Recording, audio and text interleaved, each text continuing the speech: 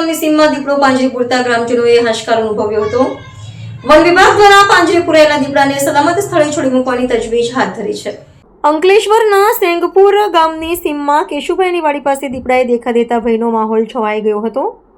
દીપડાની હયાતી અંગેની જાણ અંકલેશ્વર વન વિભાગને કરવામાં આવતા વન વિભાગ દ્વારા વાડી પાસે મારણ સાથે પાંજરું મૂકવામાં આવ્યું હતું।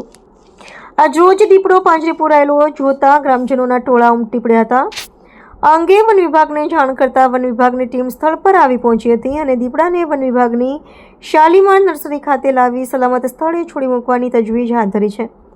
ત્યારે દીપડો પાંજરે પૂરાતા ગ્રામજનોએ હાશકારો અનુભવ્યો હતો। હું વીએ ચૌધરી, રાઉન્ડ ફોરેસ્ટર, અંકલેશ્વર સામાજિક વનીકરણ। આજરોજ સામાજિક વનીકરણ રેન્જ અંકલેશ્વરના કાર્ય વિસ્તારમાં કેશુકાકાની વાડી સેંગપુર ગામમાં દીપડો ફરતાની માહિતી મળતા જેથી સામાજિક વનીકરણ range forest officer Jayan Rana સરના માર્ગદર્શન હેઠળ પિંજરું મૂકવામાં આવેલું હતું, જે આજરોજ વહેલી સવારે દીપડો પાંજરે પૂરાયો છે, જેની પૂરતા કાગળિયા કરી અને રાતના સમયે એને છોડવાની કાર્યવાહી કરવામાં આવશે। AB48 ન્યૂઝ ગુજરાત સાથે ધર્મેશ રાણા, અંકલેશ્વર।